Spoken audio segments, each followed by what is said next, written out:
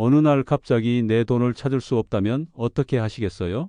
상상도 하기 싫은 일이지만 지금 이 순간에도 전국 곳곳에서 실제로 벌어지고 있는 일입니다. 평생 모은 소중한 돈이 하루아침에 얼어붙고 당황한 채로 창구 앞에서 내 돈 좀 찾아가려고 왔는데요 라고 말하는 분들이 늘어나고 있어요. 지난주 제가 만난 70대 할머니 한 분의 이야기부터 시작해 보겠습니다. 이분은 30년 넘게 동네 금고에 돈을 맡겨두셨는데 어느 날 갑자기 문이 닫혔다는 소식을 들으셨다고 해요. 그날 아침 평소처럼 용돈을 찾으러 갔는데 창구 앞에 종이 한 장이 붙어 있더래요. 당분간 업무 중단이라고 써 있었다고 합니다. 이런 일이 요즘 전국 곳곳에서 벌어지고 있어요. 우리가 믿고 맡긴 돈, 정말 안전한 곳에 있는 걸까요? 세상이 참 많이 변했습니다. 은행도 변하고 돈을 관리하는 방법도 변하고 심지어 우리가 당연하게 여겼던 것들도 하루아침에 바뀌어 버리는 시대예요. 예전에는 동네 금고나 은행 직원이 가족처럼 챙겨주던 시절이 있었잖아요. 이름도 다 기억해주고 무슨 일 있으면 먼저 알려주고 말이에요. 하지만 지금은 어떤가요? 모든 게 앱으로 하라고 하고 영상통화로 상담받으라고 하고 뭔가 복잡한 절차들만 늘어가고 있어요. 그런데 정작 중요한 정보는 아무도 제대로 알려주지 않죠. 얼마 전 정부에서 예금자 보호 한도를 5천만 원에서 1억 원으로 올린다고 발표했어요. 분명 좋은 소식인데 이걸 제대로 아시는 분이 얼마나 될까요? 언제부터 바뀌는지, 어떤 조건이 있는지, 내가 가진 통장이 해당되는지 말이에요. 이런 중요한 변화들이 조용히, 정말 조용히 진행되고 있어요. 마치 누군가는 알아도 되고 누군가는 몰라도 상관없다는 식으로 말이죠. 하지만 이건 모든 사람의 돈 이야기예요. 특히 평생 모은 소중한 자산을 지켜야 하는 우리 어르신들에게는 생존과 직결된 문제입니다. 요즘 은행에 가보면 어떤가요? 예전처럼 친근하게 상담해 주시나요? 아니면 이건 앱으로 하세요, 홈페이지에서 확인하세요 라는 말만 듣고 계신가요? 심지어 돈을 보내려고 해도 이상한 거래라면서 막아버리는 경우도 있다고 하더라고요. 무슨 일이 일어나고 있는 걸까요? 내 돈인데 왜 내 마음대로 못 쓰게 하는 걸까요? 사실 이 모든 변화에는 이유가 있어요. 사기가 늘어나니까 보호한다는 명목으로 여러 제한을 만들고 비용을 줄이겠다고 사람 대신 기계로 대체하고 효율성을 높인다며 복잡한 시스템을 도입하고 있는 거죠. 하지만 그 과정에서 정작 보호받아야 할 사람들이 소외되고 있어요. 스마트폰을 잘 못 다루시는 분들, 복잡한 절차가 어려우신 분들, 사람과 직접 이야기하는 걸 선호하시는 분들 말이에요. 제가 최근에 만난 80살 할아버지 한 분은 이런 말씀을 하시더라고요. 이제는 내가 내 돈 쓰는 것도 허락받아야 하는 세상이구나라고요. 참 씁쓸한 이야기죠. 이런 현실 속에서 우리는 어떻게 해야 할까요? 변화를 막을 수는 없어요. 하지만 그 변화 속에서도 내 소중한 자산을 지킬 수 있는 방법은 분명히 있습니다. 가장 중요한 건 정보예요. 무엇이 바뀌고 있는지, 내가 어떻게 대응해야 하는지, 어떤 위험이 있고 어떻게 피할 수 있는지를 아는 것이죠. 정부나 은행이 친절하게 알려주지 않는다면 우리가 직접 찾아서 알아야 해요. 그리고 내 통장을 제대로 점검해야 합니다.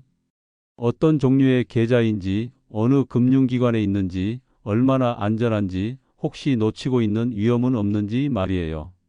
또한 새로운 시스템에 적응하는 것도 필요해요. 무작정 거부만 할 수는 없거든요.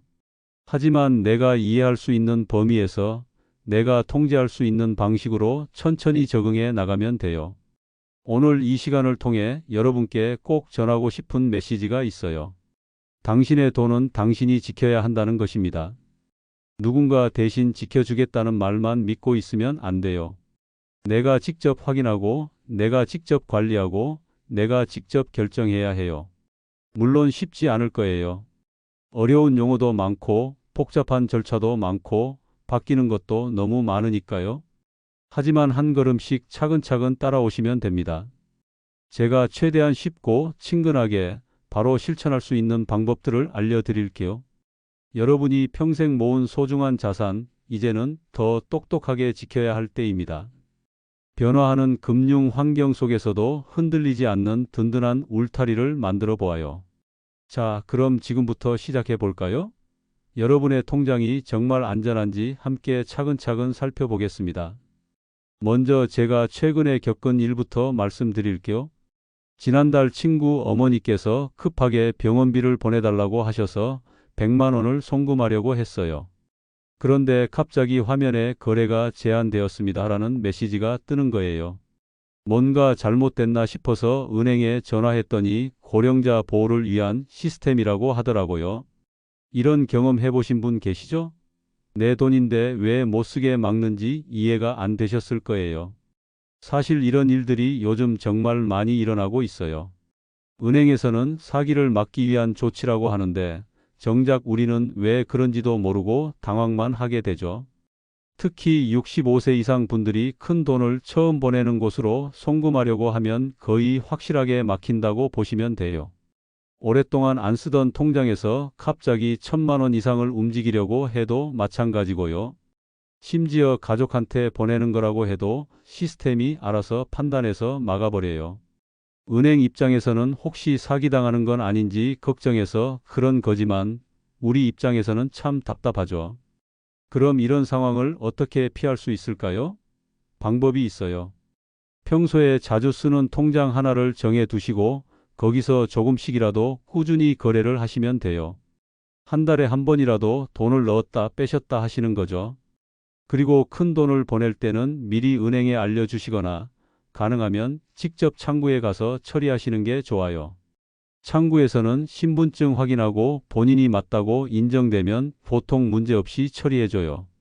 또 한 가지 팁을 드리자면 자주 보내는 계좌는 미리 등록해 두세요.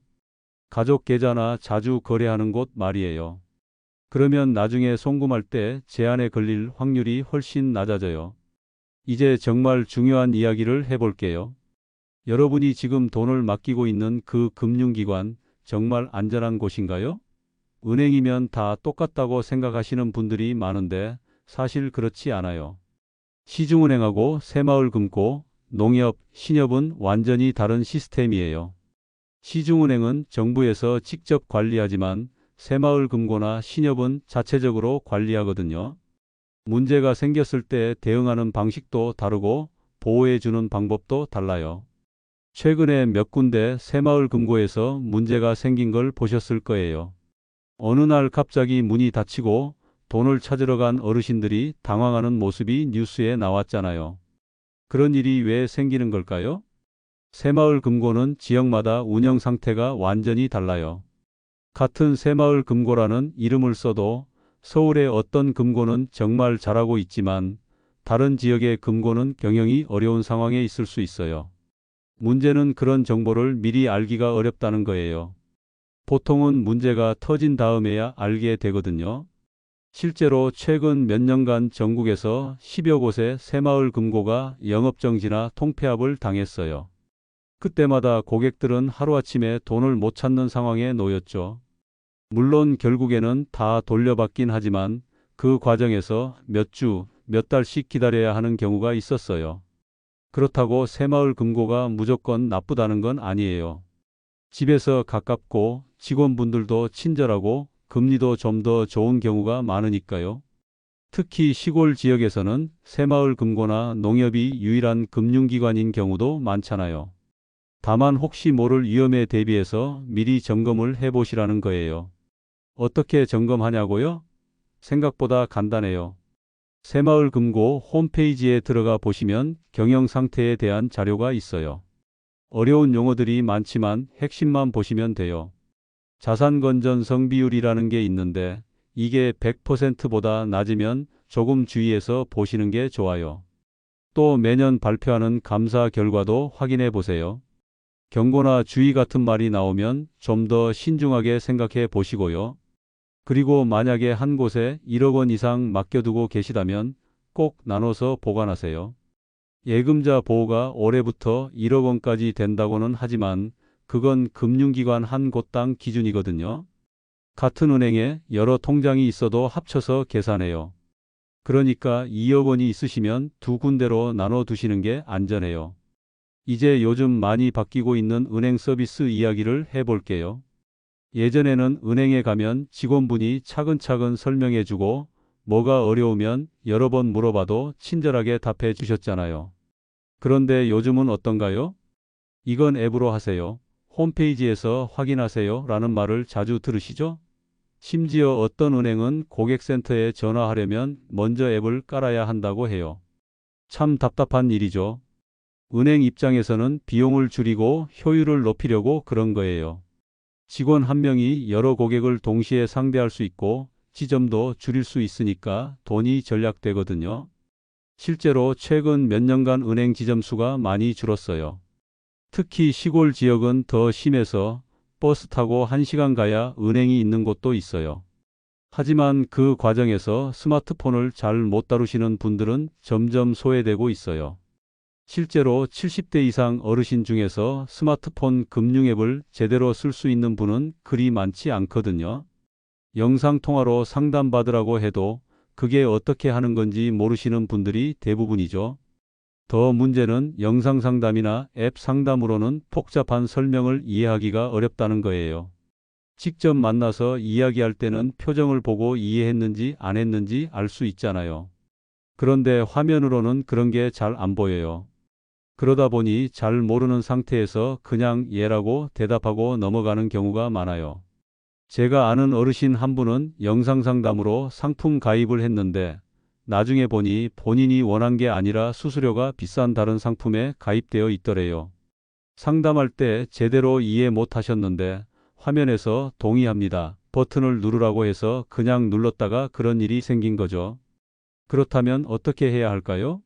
무작정 거부만 할 수는 없어요. 세상이 그쪽으로 가고 있으니까요. 하지만 내가 할 수 있는 범위에서 천천히 적응해 나가시면 돼요. 우선 자주 가는 은행 지점 하나는 정해 두세요. 그리고 그곳 직원분과 친해지시고요. 복잡한 일은 그분께 도움을 받으시면 돼요. 요즘도 중요한 업무는 여전히 창구에서 해주거든요. 대출이나 상품 가입 같은 것들 말이에요. 또 가족 중에 스마트폰 잘 다루는 분이 계시면 기본적인 사용법 정도는 배워두시는 것도 좋아요. 잔액 조회나 간단한 이체 정도만 할 수 있어도 많이 편해져요. 처음에는 어려워 보이지만 몇 번 해보시면 생각보다 어렵지 않아요. 그런데 여기서 조심하셔야 할 게 있어요. 가족이라고 해서 금융 정보를 다 맡겨버리면 안 돼요. 비밀번호나 공인인증서 같은 건 본인만 알고 계시는 게 안전해요. 아무리 가족이라도 돈 문제는 별개거든요. 나중에 문제가 생겼을 때 가족이 했다고 해도 은행에서는 본인 책임으로 보는 경우가 많아요. 마지막으로 요즘 정말 많이 늘어나고 있는 금융사기에 대해서도 말씀드릴게요. 예전에는 전화로만 속이려고 했는데 요즘은 문자 메시지, 메신저, 심지어 가짜 앱까지 만들어서 속이려고 해요. 특히 고수익, 안전보장, 즉시 지급, 정부 지원 같은 말이 나오면 일단 의심하세요. 정상적인 금융기관에서는 절대 그런 표현을 쓰지 않거든요. 또 급하게 돈을 보내라고 하거나 계좌번호나 비밀번호를 물어보면 일단 끊으시고 해당 기관에 직접 확인해 보세요. 요즘은 사기 방법이 정말 교묘해졌어요. 실제 은행 이름을 쓰고 진짜 같은 문자를 보내고 심지어 직원 이름까지 정확하게 알고 있는 경우도 있어요. 그래서 더욱 조심하셔야 해요. 의심스러우면 그 자리에서 결정하지 마시고 가족이나 믿을 만한 사람과 상의해 보세요. 이런 모든 변화들이 우리에게는 어렵고 복잡하게 느껴질 수 있어요. 하지만 포기하지 마세요. 한 번에 다 알려고 하지 마시고 하나씩 천천히 익혀 나가시면 돼요. 중요한 건 내 돈을 지키겠다는 마음가짐이에요. 지금까지 많은 이야기를 했는데요. 혹시 너무 복잡하고 어렵게 느껴지셨나요? 사실 저도 처음에 이런 것들을 알아갈 때는 머리가 아팠어요. 그런데 하나씩 차근차근 정리해 보니까 생각보다 어렵지 않더라고요. 무엇보다 중요한 건 우리가 지금까지 당연하게 여겼던 것들이 더 이상 당연하지 않다는 걸 인정하는 거예요. 은행은 예전처럼 친절하지 않을 수 있고 내 돈도 언제든 제약을 받을 수 있고 새로운 시스템에 적응해야 할 일들이 계속 생길 거예요. 하지만 그렇다고 해서 우리가 무력한 건 아니에요. 오히려 이런 변화를 미리 알고 대비하는 사람이 더 안전하게 자산을 지킬 수 있거든요.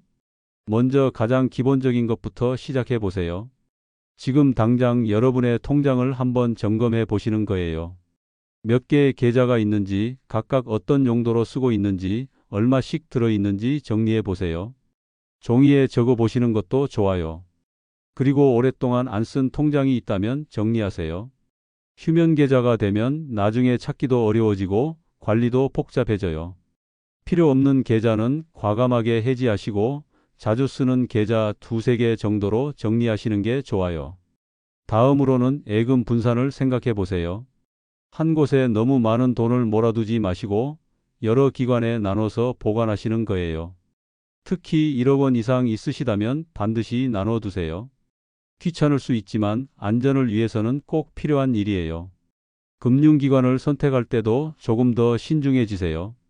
집에서 가깝다고 금리가 좀 더 좋다고 무작정 선택하지 마시고 그 기관이 얼마나 안전한지도 확인해 보세요. 홈페이지에서 경영 상태를 확인하거나 최근에 문제가 된 적은 없는지 알아보시는 거예요. 스마트폰이나 인터넷 뱅킹에 대해서도 조금씩 익숙해지려고 노력해 보세요. 처음에는 어려워 보이지만 기본적인 것들만 알아도 정말 편해져요. 잔액 조회나 간단한 이체 정도만 할 수 있어도 은행에 갈 일이 많이 줄어들거든요. 다만 무리하지는 마세요.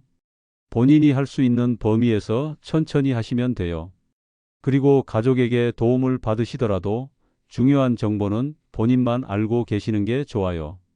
비밀번호나 보안카드 같은 건 절대 다른 사람에게 알려주지 마세요. 보이스피싱이나 금융사기에 대해서도 항상 경계심을 갖고 계세요. 요즘은 정말 교묘하게 속이려고 해서 조금만 방심해도 당할 수 있어요. 의심스러운 전화나 문자가 오면 일단 끊고 직접 해당 기관에 확인해 보세요.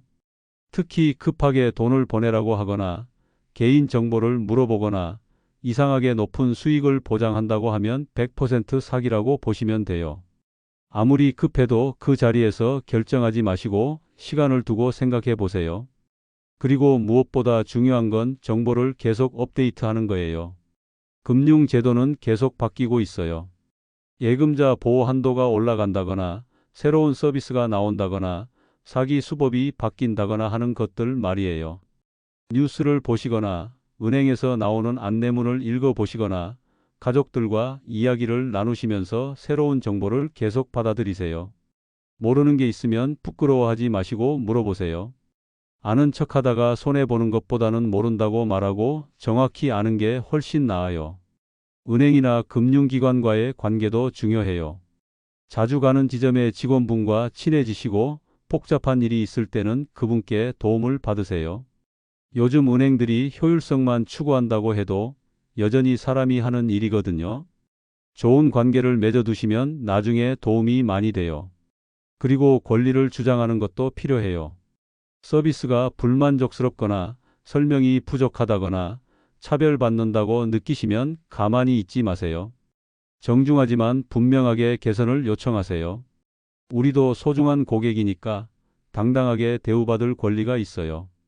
이런 모든 일들이 번거로울 수 있어요. 예전에는 이런 걱정 안 하고 살았는데 왜 이제 와서 이런 일들을 해야 하나 싶으실 수도 있고요.